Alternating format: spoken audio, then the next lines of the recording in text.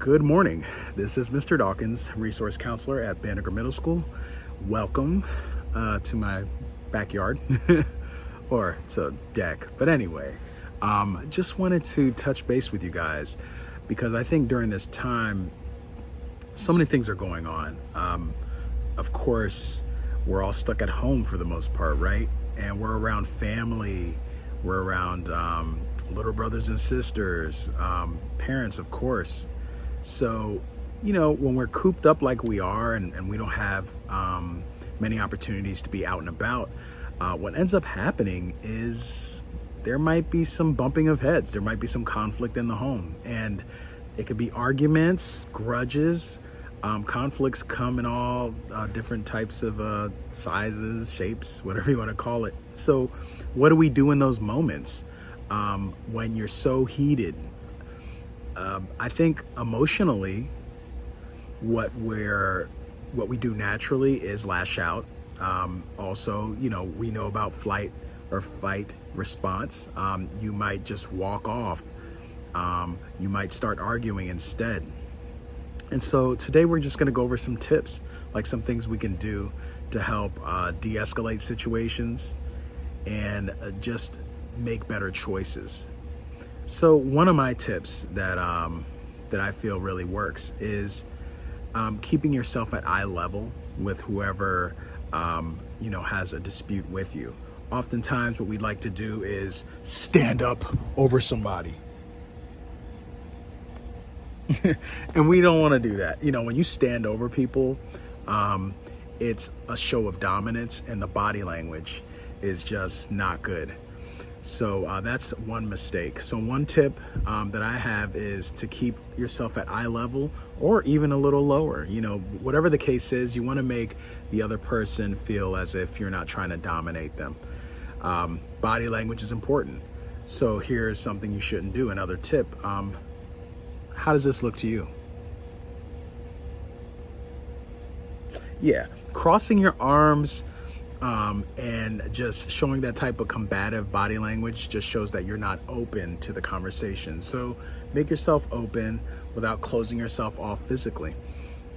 Another tip is, of course, monitoring your tone and the way you're talking. Because if I'm talking like this, seems like I got issues with you. But if I start talking to you in a calm manner, being careful though, not to be condescending, meaning as if I'm talking to you as if you're lower than me, because a lot of times tone dictates that. So if I'm saying to you, yes, so what you're saying is you have a problem, if I'm coming across that way, it feels like I'm demeaning you with my low tone.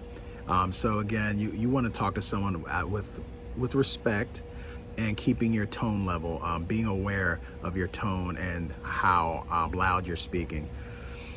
Oftentimes, guys, also another tip, sometimes we have to walk off, and not in a disrespectful way, but just letting them know, listen, I need a timeout. I need to step away because right now I don't have a good handle of my emotions. So sometimes letting your loved one know that you need some time to kind of like calm down is a good thing. And it's important that you talk to them about that. You establish that boundary, because if you just come out of nowhere with that,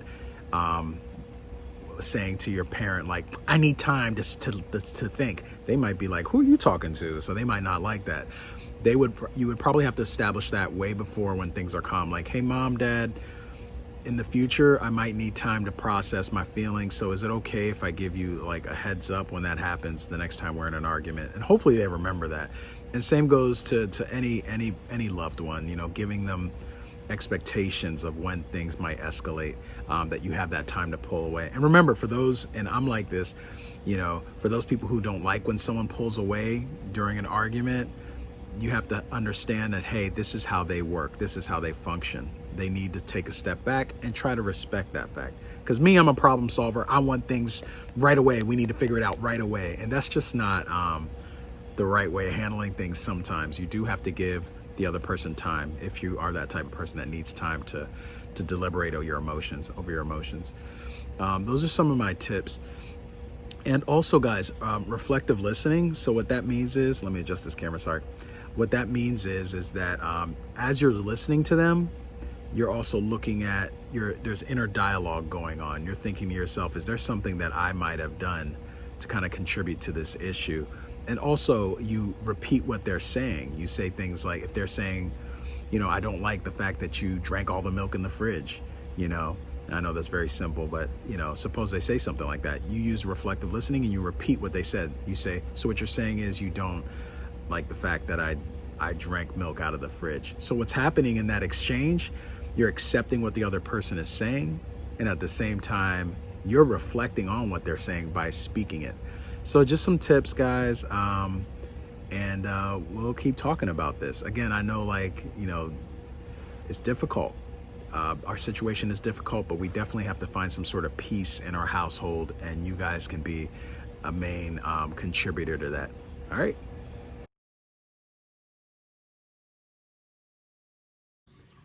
I'm so thirsty. I need to get my milk, my favorite milk, the milk that I love, the milk that I can't. Where's my milk? Where is my milk? Oh my. So I was thirsty. I had a chocolate chip cookie. It was good. I needed something to go with that. I wanted that milk. I'm stuck in this house. All I want is that milk, and you drank it all, knowing I love that milk.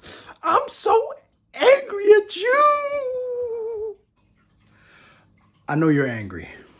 And it sounds like what you're saying to me is you really wanted that milk. I just want to first say I should have thought of you first. I hear what you're saying, and I really messed up here. I hear what you're saying. As long as you acknowledge my feelings, as long as you acknowledge my hurt, I don't know, it's de-escalating the situation. It's making me feel kind of understood. Thank you. Thank you for acknowledging my feelings about this milk. Hey, you're my twin sister, all right? You're my twin sister. I got love for you. I got respect. And during this virtual learning, I get it. You're frustrated. Milk is milk. Peace is peace. Love is love. You're my twin.